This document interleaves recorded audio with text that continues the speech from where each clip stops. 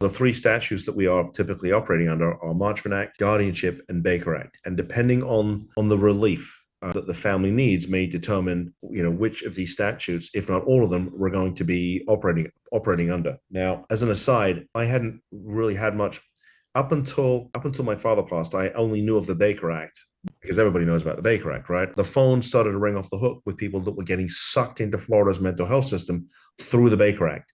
And other lawyers started calling and saying, our clients are getting Baker Acted. Can you get them out?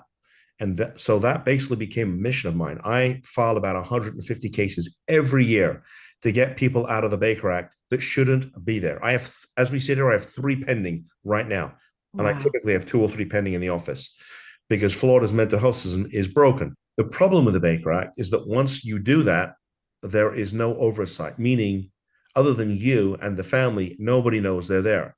Even if a judge issues an order for the person to be assessed, nobody knows they're there. There's nobody watching. And so what tended to happen, especially during COVID, was people got sucked into Florida's mental health system via the Baker Act, and nobody knew that they were there.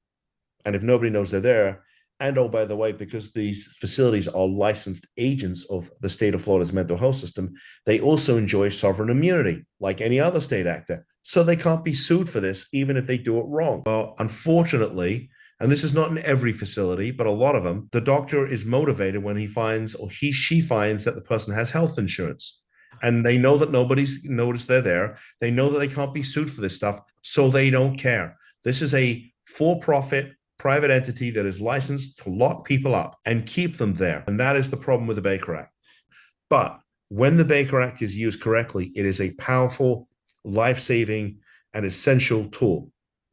So let me talk about, and I know we're going a long way around here, but let me just wanted to set the stage for you. But obviously, if somebody is actively suicidal, we want to be able to call, pick up 911 and say, hey, listen, I have a loved one in the house. They're suicidal. I need 2 deputies here right now. That's what it's meant for. So really the difference between Marchman and Baker Act is focused on mental illness, and Marchman is focused on substance use. Okay. And I'm going to give you one other caveat so I don't try not to confuse the listeners. You can actually initiate a Marchman Act the same way you can a Baker Act.